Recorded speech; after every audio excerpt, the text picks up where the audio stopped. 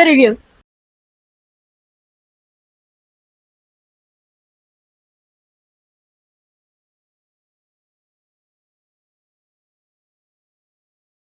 Antara ciri-ciri yang terdapat pada kereta ni adalah 2000cc 4-cylinder turbo engine, 6-speed manual with LSD differential, Brembo disc brake caliper, full LED lamp, digital graphic meter, keyless entry and push start on-off button, multifunction and leather-wrapped steering, high quality reverse camera with parking grid line, drive mode dia ada individual, sport, comfort and R+.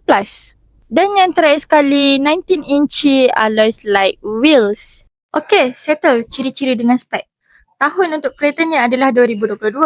Harga kita tawarkan dekat korang bermula daripada RM251,000 plus. So, macam mana? Berminat tak? Kalau korang berminat dengan kereta ni, nak tahu kereta ni dengan lebih detail, korang nak test drive kereta ni pun boleh. Datang je dekat showroom kita, jumpa dengan saya Intan and jumpa dengan salesman kita untuk dapatkan special price, okay? Kita jumpa korang dekat sini. Stay tune dengan our next video, okay? Bye-bye. Assalamualaikum.